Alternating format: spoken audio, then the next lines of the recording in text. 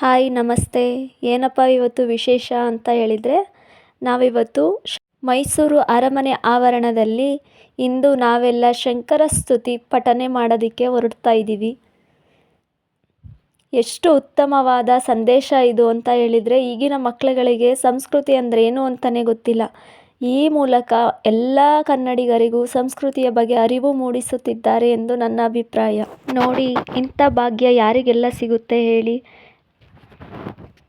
ಅರಮನೆ ನೋಡೋದೇ ಒಂದು ಅದೃಷ್ಟ. ಅಂಥದ್ರಲ್ಲಿ ನಾವು ಇಷ್ಟು ಸಮಯ ಅರಮನೆ ಬಳಿ ನಾವು ಕುತ್ಕೊಂಡು ಕಾಲ ಕಳೆದಿದ್ದೀವಿ ಅಂದರೆ ನಾವೆಷ್ಟು ಅದೃಷ್ಟವಂತರು. ಅರಮನೆ ಬಳಿ ಆವರಣದಲ್ಲಿ ಎಷ್ಟು ರಾಜರುಗಳು ಓಡಾಡಿರ್ತಾರೆ, ಅವ್ರದ್ದೆಲ್ಲ ಎಷ್ಟು ಮಹತ್ ಕಾರ್ಯಗಳು ಅಲ್ಲಿ ನಡೀತಾ ಇರ್ತದೆ.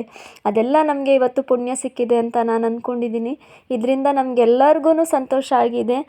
ಈ ಸಂದರ್ಭಕ್ಕೆ ಮೂಲ ಕಾರಣೀಕರ್ತರಾದ ಎಲ್ಲರಿಗೂ ನನ್ನ ವೈಯಕ್ತಿಕವಾಗಿ ಧನ್ಯವಾದವನ್ನು ತಿಳಿಸಲು ಇಷ್ಟಪಡುತ್ತೇನೆ. Thank you so much.